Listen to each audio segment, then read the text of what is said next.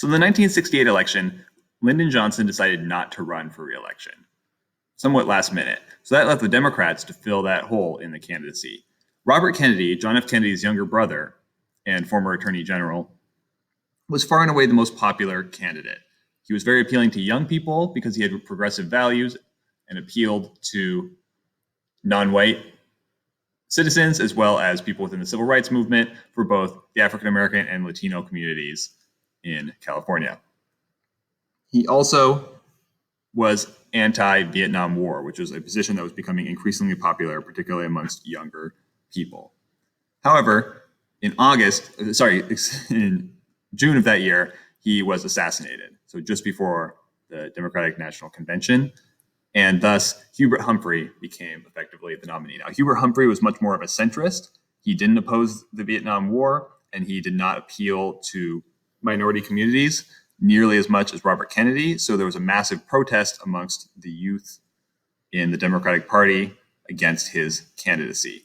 And that culminated in Chicago at the Democratic National Convention in these massive protests. Thousands of protesters came to the city and kind of did battle with police.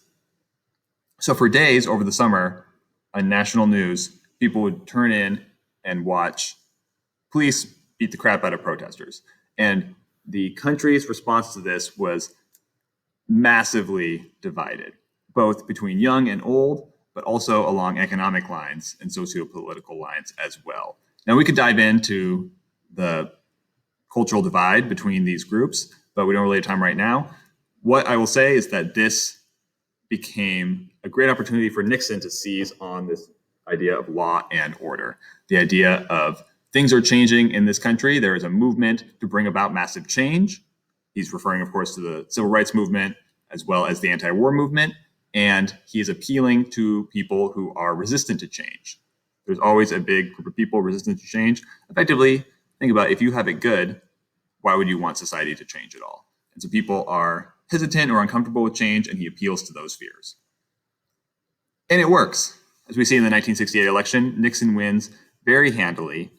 Of course, he doesn't get the southern states because they go to a third-party candidate, George Wallace, who's running on a platform of reinstating segregation.